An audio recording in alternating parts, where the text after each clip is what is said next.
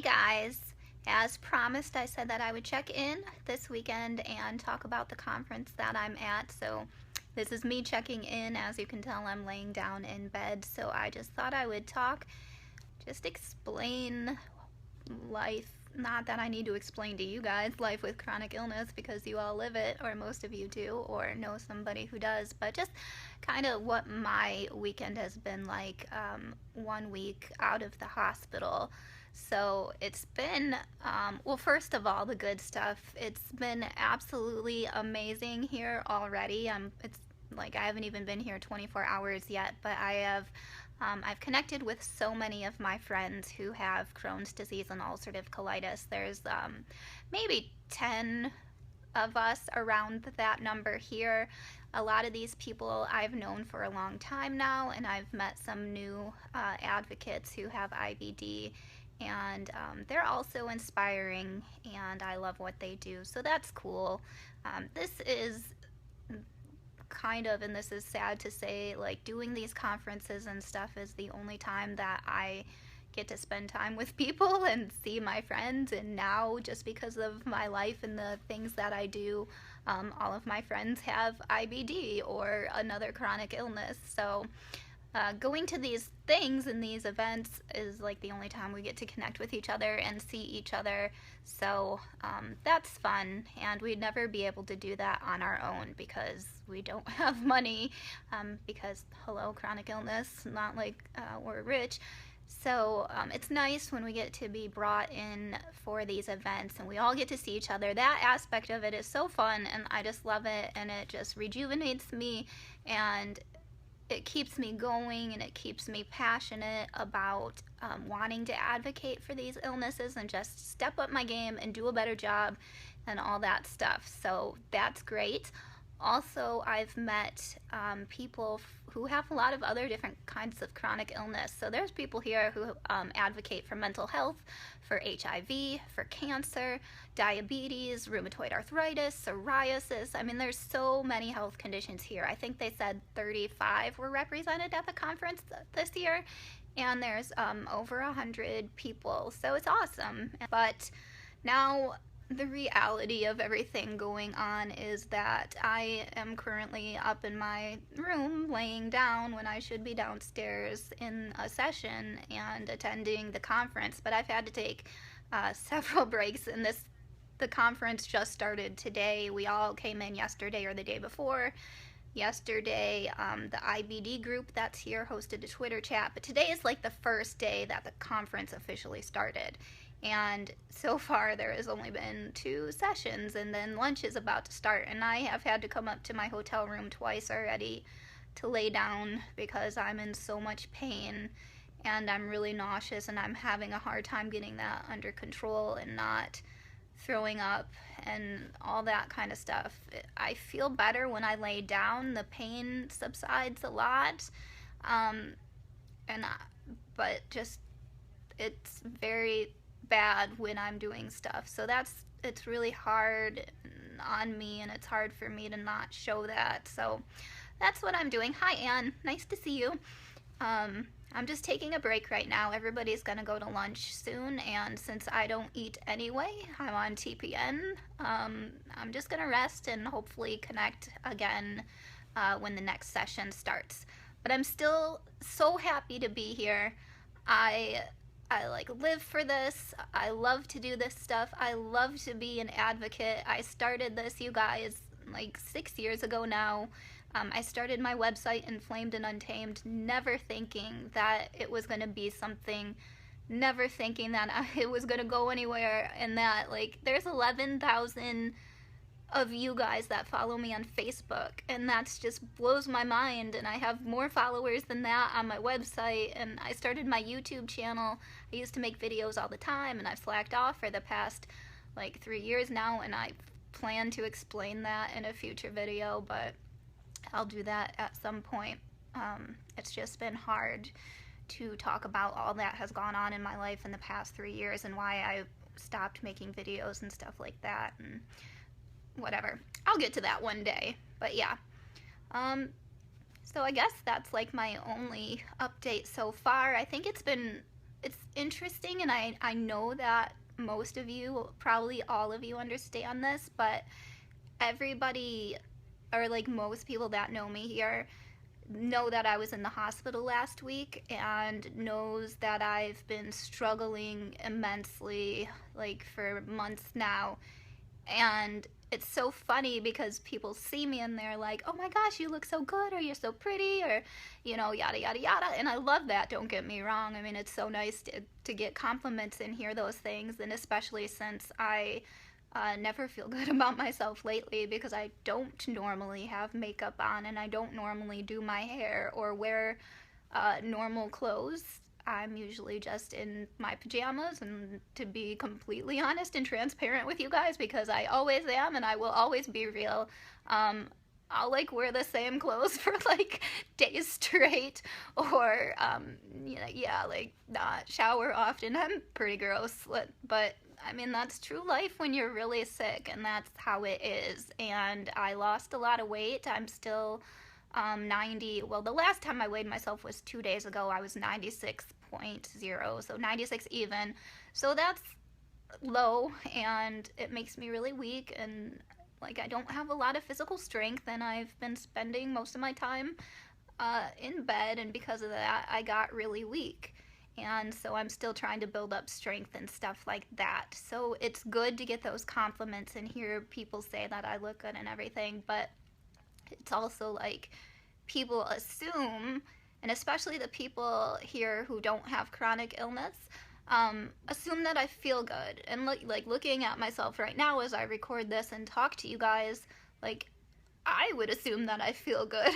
Duh, like I spent time this morning getting ready, but I'm just really good at doing my makeup and doing hair. I'm a licensed cosmetologist, and that was what I was trained to do. And I grew up as a competition dancer, so I've been doing my makeup ever since I was a kid. But yeah, I mean, if you took off the makeup and put my hair up in a sloppy ponytail like it normally is, and if I wasn't dressed cute, like that's how I really am. That's like the person underneath all of this. I don't feel good. So, you guys all know that, and we all feel that way and get that way when people judge our health or how we feel based off of our looks. So it's always interesting hearing those things, but whatever. Anne asked me, how do you stay so positive? Well, funny story on that. I'm not very positive. I am at times, and I know that I come off positive to you guys on the internet, or I try to, but I also try to be realistic and share like all of my feelings and stuff. It's hard to stay positive, and I don't. And to be honest with you, this year, like, it's a struggle to pull any little positivity out of me, and that's hard. And it's hard for the people that live with you because your illness translates to everybody around you. And I know that like it affects Dan, and it affects our relationship, because I know that like I can be tough to be around at times, because when I'm just going through so much and my health is so bad, my mood does get negative, and then it affects everybody around me. But I do try. I think that overall I'm positive. I'm a positive person in spite of everything that I'm going through, but I wish I had good advice about how to stay positive. I think for me, a lot of that comes from talking to people like you guys and sharing my story, listening to your guys' stories, being at places like this where I'm with other friends who have chronic illness and they do the same thing that I do. It makes me feel good to be around that energy and those people. It just, sometimes hearing from other people going through similar things, you would think that that would bring me down, but it doesn't. It makes me feel better, and it's also just fun to be around people. So I guess for me, I draw my strength and my positivity from other people, and also focusing on things that I like to do, which I should do more of I don't know, I should focus again on doing the things that I like in life, like making videos for YouTube and writing more and stuff, but I've just kind of gotten away from that just because I haven't been doing well. Yeah, Bobby said the hardest part is that people don't get it. Very true. I've been struggling with that a lot recently, just with my other illness. I don't know if you guys have been following this page for a while, then you probably know that aside from Crohn's disease, I have another illness. And right now, that's controlling my life a lot more than Crohn's disease. My Crohn's disease is actually doing really well. For me, it's probably the best that it's ever been in my life. And it's in remission right now, but I have another illness that is really severe and really affecting my life a lot. And because it's rare, and because like a lot of people have not heard of it, and even doctors, when people don't get it, it's such a struggle. Like it's so hard on me. So whatever you guys are going through, if it's IBD or something else, and when people don't get it, if it's like your friends or your family, anybody, that can be so difficult because sometimes like all we need is validation and for people to like hear us and get it. Like something so simple, but it's not. It's really complicated. And like that validation of what we are going through and our struggles is so important to get from other people. And when people in your life don't get it, it can be really hard. All right, sorry, just reading comments. That's why I'm just quiet right now. Thank you, Evan. All right, you guys, I think I'm going to end this video though right now. I just wanted to check in and say hey. And I think later tonight, if I get the chance and if things are quiet enough to do Facebook Live, because sometimes when we all get together, like all the IBD advocates, like we can be a loud and goofy bunch.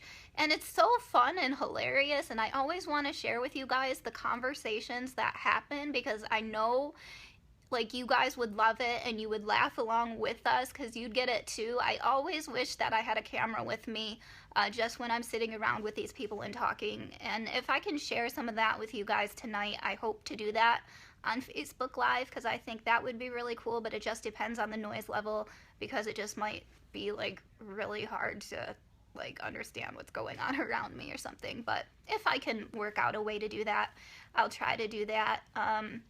So I don't know how many IBD advocates or chronic illness advocates you follow, but I'll just name some of them that I know that are here.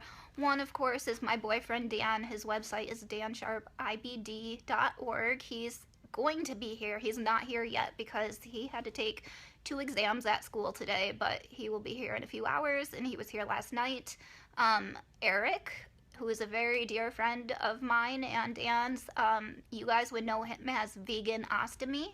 He's from Canada and he's here, and he is a great guy and a great advocate, so hopefully I'll be able to get him on video. Meg, the front butt YouTuber, who's also a really good friend of ours, is also here. There is Christy, who we love and adore to death. She is Crony Baloney IBD. And she's here. She's from San Diego. There's Jamie. Her blog is called Pretty Rotten Guts, and on Instagram she's Slightly Jaded, and I'm not sure what she goes by on Twitter, but she's here. Brooke Abbott is here. Her site is Crazy Creole Mommy Chronicles, I think is the last part of that. I love her. I'm gonna say I love all these people because I do, so I'll just stop that. Megan Starshack from the Great Bowel Movement is here. Aaron Blocker, and I think his website is Support Crohn's, but I could be wrong on that. But he's here, and I know that he is Aaron Blocker IBD on Twitter. And let's see, who else is here? Ryan is here. His website is Crohn's Guy, I believe. And he is the guy who swam across Lake Erie. That was amazing. I got to watch the end of that. That was so cool. And so he's here. Who else is here? I don't know. There's so many people. So as I go as I go along throughout this weekend, I will make sure that I get to everybody and mention all of their names, and hopefully get everybody in video and stuff like that. Yes, that's a good idea, Katie, to get a list of these people together so that you can follow them. I will do that. That's a very good idea. And Bobby says vegan ostomy rocks. He totally does.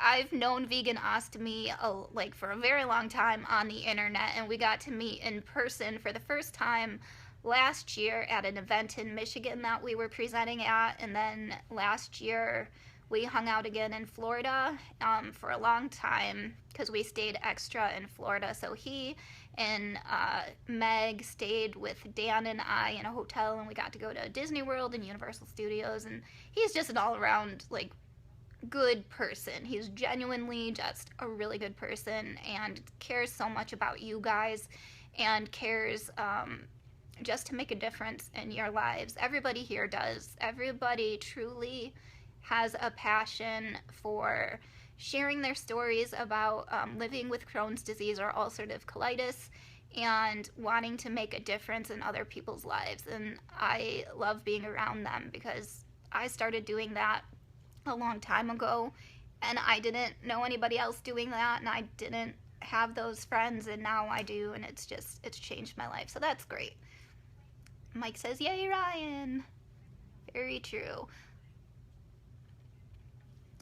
All right, just reading your comments again. All right, okay, I'm going to say bye so I can get some rest and then hopefully feel better enough to go back down to the conference. But I love you guys, and thank you so much for watching, and I hope to see you later on tonight on Facebook Live. Bye.